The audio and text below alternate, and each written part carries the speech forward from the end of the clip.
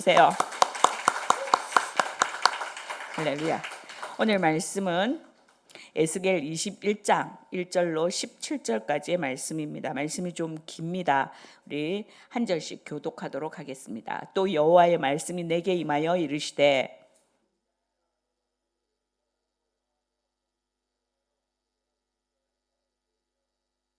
이스라엘 땅에게 이르기를 여호와의 말씀에 내가 너를 대적하여 내 칼을 칼집에서 빼어 의인과 악인을 내게서 끊을지라.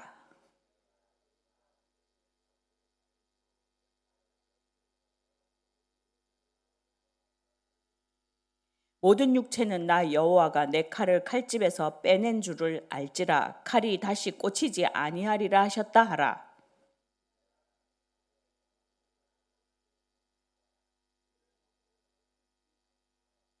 그들이 내게 묻기를 내가 어찌하여 탄식하느냐 하거든 대답하기를 재앙이 다가온다는 소문 때문이니 각 마음이 녹으며 모든 손이 약하여지며 각 영이 쇠하며 모든 무릎이 물과 같이 약해지리라. 보라, 재앙이 오나니 반드시 이루어지리라. 주 여호와의 말씀이니라 하라.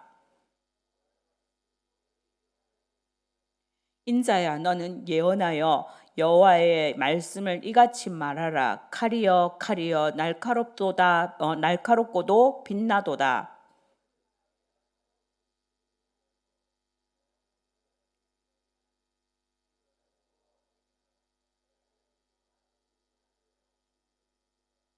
그 칼을 손에 잡아 쓸만하도록 빛나게 하되 죽이는 자의 손에 넘기기 위하여 날카롭고도 빛나게 하였도다 하셨다 하라.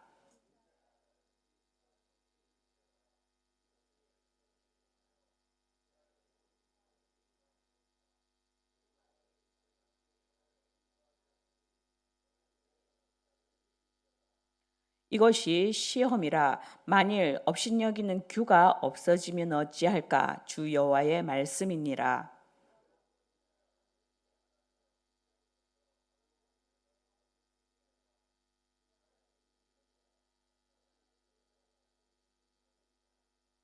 내가 그들이 낙담하여 많이 엎드러지게 하려고 그 모든 성문을 향하여 번쩍번쩍하는 칼을 세워 놓았도다. 오호라, 그 칼이 번개 같고 죽이기 위하여 날카로웠도다.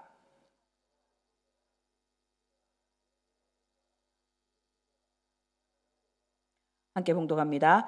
나도 내 손뼉을 치며 내 분노를 다 풀리로다. 나 여호와가 말하였노라. 아멘. 우리 KBS 역사 스페셜 이런 그 역사 프로그램을 보는 걸 좀 즐겨 하는데요. 거기에 1500년 전 고분에서 발견된 사용되어진 1500년 전에 있었던 그 고분에서 발견된 황금 보검을 방송한 적이 있습니다. 경주 계림로 배수로 공사 중에 발견되었다고 하고요. 보물 제635호로 지정이 돼 있습니다. 보여주는데 정말 그 1500년 전께 거기 땅에 그렇게 오랫동안 묻혀 있었으니까 얼마나 그죠? 다 썩었을 거 아니야. 근데 그 황금을 이렇게 쫙 이렇게 흙을 걷어내고 칼이 너무 예쁜 거예요. 정말 황금이 그대로 이렇게 잘 썩지 않으니까 황금이죠. 그래서 그 황금을 이렇게 하고 보니까 빨간 보석들로 상감이 돼 있어. 우리 상감청자 하는 그 상감 기법을 아시죠? 이렇게 파여진 데다가 보석을 채우는 그런 기법을 상감 기법이라고 하는데 빨간 보석이 이렇게 다 박혀 있는 거예요. 그것이 성유석이라 하더라고요. 성유석. 성유석을 요새 우리는 가넷이라고 한대요. 근데 그 성유석 안에 여러 종류가 있는데 정말 우리나라에서 구할 수 없는 그 종류의 보석인데 어떻게 그것이 여기까지 들어왔을까 막 이런 그런 연구도 하고 하던데 길이가 36cm예요. 36cm. 그리고 정말로 너무너무 예뻐요. 그리고 진귀한. 그래서 지금은 박물관에 보관이 되어 있는데 자, 그걸 보면서 좀 의문이 들었어요. 저 칼은 도대체 어디다 쓰는 칼인가? 칼이라고 하고 보검이라고 하는데 보기에도 지금 우리가 보기에도 너무 예쁜데 은장도는 아니야. 그죠? 이렇게 혼자 근데 36cm면 요만하다는 소리거든요. 그죠? 근데 요만하고 보석이 그렇게 막 박혀 있는데 저걸 가지고 사람을 죽일 용도가 되나 이런 생각이 들더라고요. 이것은 왕의 위엄을 상징하는 칼이래요. 그러니까 전쟁에 나가서 베는 칼이 아니고 그걸 들고 있음으로 인해서 그 지금 땅 속에 몇천 년 묻혀 있다가 나와도 와 진짜 이쁘다 막 이 사람의 마음이 그런데 그 당시에 얼마나 빛나고 얼마나 이뻤겠습니까? 그걸 가지고 있는 것만 해도 내가 왕의 권위를 보여주는 것이 쫙 이렇게. 그런데 그 왕의 칼은 그냥 이 위엄을 보여주는 것이지만 오늘 이 본문 속에 등장하는 하나님의 칼, 이 하나님의 칼은 그런 위엄을 보여주는 용도가 아니고 목적이 뭐예요? 심판, 사람을 죽이는 칼이에요. 칼의 용도가 심판이라는 거예요. 우리는 예수 그리스도를 믿습니다.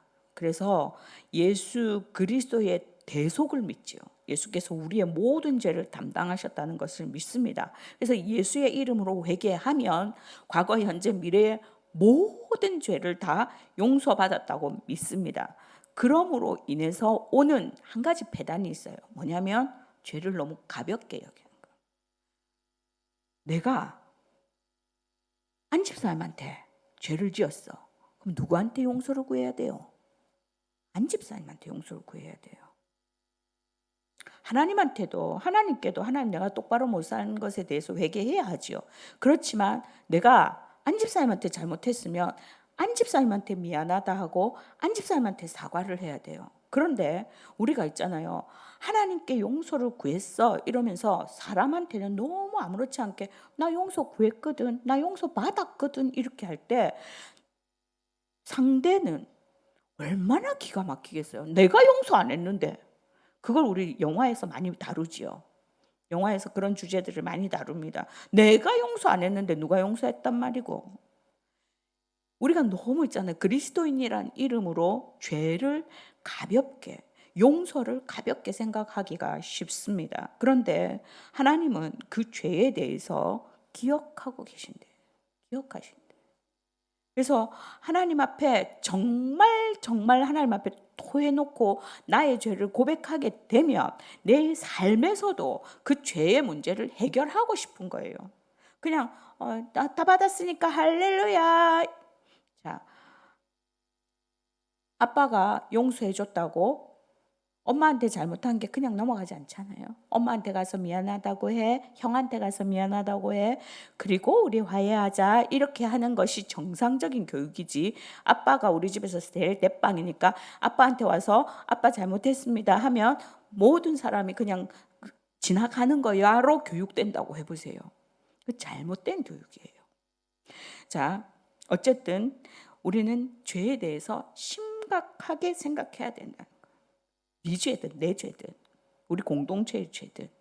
에스겔 선지자를 통해서 하나님은 계속해서 너희들 이렇게 살면 안 된다, 심판받는다라고 선포합니다. 그런데 이스라엘 백성들이 그 말씀을 무시하지요. 그래서 무시할 때 누가 욕먹어요? 우리가 잘못 살면 누가 욕먹어요? 우리 애들이 나가서 엉뚱한 짓 하고 돌아다니면 누가 욕먹어요? 부모 욕먹어요. 하나님의 영광이 가려지는 거예요. 하나님 욕되게 하는 거예요. 그래서 2절에 보면 하나님은 또다시 말씀을 전하라고 하십니다. 어떤 말씀? 가서 너는 얼굴을 예루살렘으로 향하며 성소를 향하여 소리내어 이스라엘 땅에게 예언하라. 뭐라고? 망한다고. 3절에 보면 심판의 칼이 뽑혔다는 것을 선언해요. 3절에 보면 이스라엘 땅에게 이르기를 여호와의 말씀에 내가 너를 대적하여. 이스라엘을 하나님이 대적하신대요. 그래서 내 칼을 칼집에서 빼어. 말했지요. 살육의 칼입니다. 그 칼을 빼어.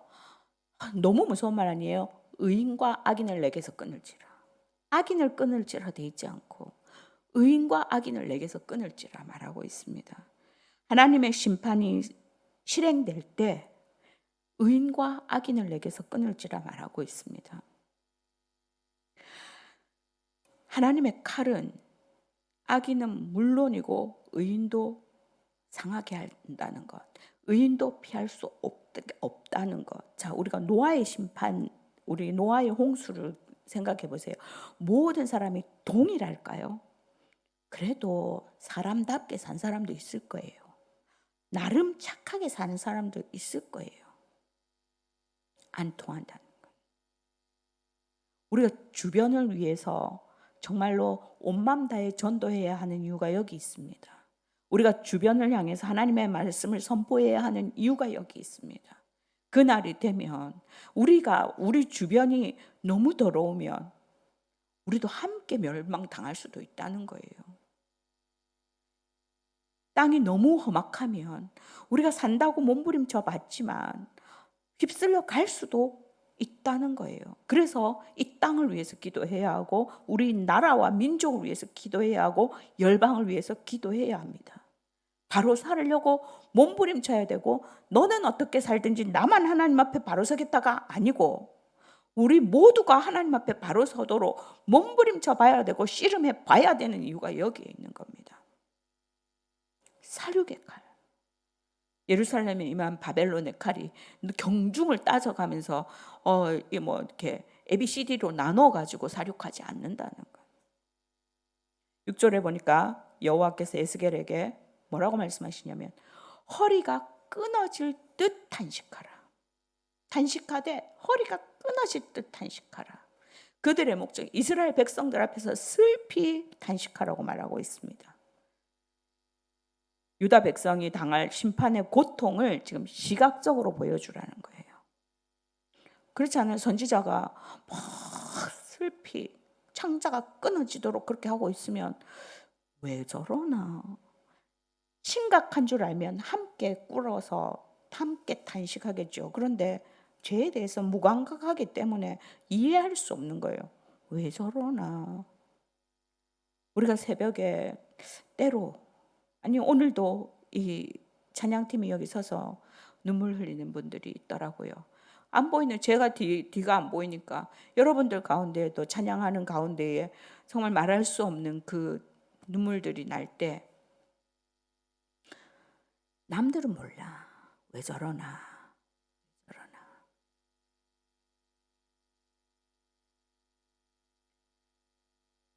그 왜 저러나에 물어봐요. 왜 그래? 오늘 왜 그랬어? 왜 울었어? 왜 눈물이 났어? 왜 오늘도 교회 나가야 돼? 그 이유를 묻는 사람들에게 7절에 보니까 무서운 재앙이 곧 닥칠 거라는 것을 외치래요. 시각적으로 보여주고 청각적으로 들려주라는 거예요. 들려줘요. 심판의 고통은 혹독하다. 이렇게 들려줬을 때 들을 만한 인간들은요. 그렇게 하기 전에 보여주기 전에 들려주기 전에 벌써 하나님 말씀을 들었겠죠. 완악하면요. 들려주고 보여줘도 안 들어. 지금 이스라엘 백성들이 그렇게 말을 하고 보여주고 들려주고 외치고 창자가 끊어지도록 울부짖어도 왜 저러나 해서 멈춰서 넘어가지 않아요. 그것이 내 문제라고 생각하지 않아요. 이스라엘 백성들이 배역한 인간들이 회개하지 않습니다. 주님께 돌아오지 않습니다. 하나님은 계속해서 기회를 주시지만 그 기회를 열어서 내 것으로 만들지 못합니다. 그래서 하나님의 칼날이 뽑히는 겁니다. 우리가 하나님을 시험하지 마세요. 가끔요 우리 마음에 그런 시험이 들 때가 있다니까. 요거 정도는 해도 되지 않을까? 요거까지는 좀 해도 되지 않을까? 한번 해보고 괜찮으면 괜찮은가 봐. 그런 거 있잖아요. 이거 손대지 마. 이거 손대면 안 되는 거야. 근데 내 눈에 많아 보여. 그래서 한 개를 살짝 끄집어내서 먹었어. 근데 엄마가 모르는 것 같아. 다음에 또 하나를 집어먹고 눈에 보이도록 훅 들어가도록. 근데 엄마한테 혼이 안 나면 뭐예요? 괜찮은가 봐. 이러면서 내 맘대로 하게 되죠.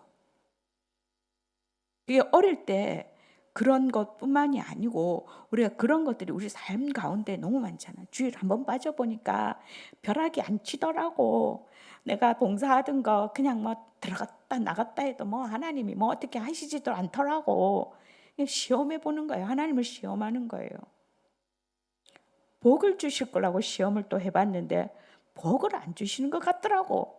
이 문제가 내가 막 이렇게 헌신하고 내가 이렇게 엎드리고 내가 이렇게 기도하면 하나님이 내 문제들을 해결해 주실 줄 알았는데 오늘 가봐도 변화가 없고 내일 가봐도 변화가 없고 새벽 기도 가도 안 되고 철야 가도 안 되네. 그냥 안 되는 건가 봐.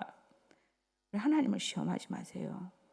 때가 되면 보고 계시는 하나님, 듣고 계시는 하나님, 세고 계시는 하나님이 가만히 계시지 않는 거예요. 우리의 죄도 마찬가지고 우리가 하나님 앞에 이 몸부림치는 것도 그저 눈 감고 계시지는 않아요. 하나님은 이스라엘을 택하시고 모든 나라 가운데에 제사장 나라가 되게 하셨습니다. 열방 가운데에 뛰어난 나라가 되기를 기대하셨습니다. 우리에게 바라시는 것이 그겁니다.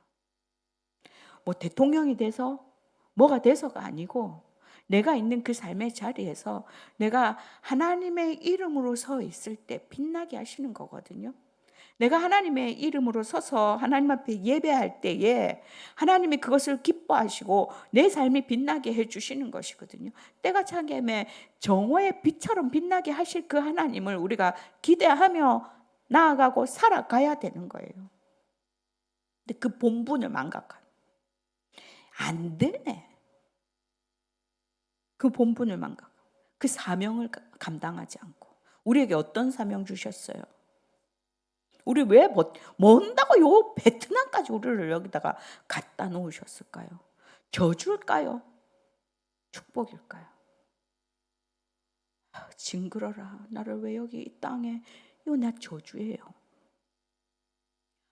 여기서 나의 할 일이 있어. 분명히 있어. 하나님이 여기서 나를 통해 하실 일이 있어라고 생각하면 축복이 되는 거예요.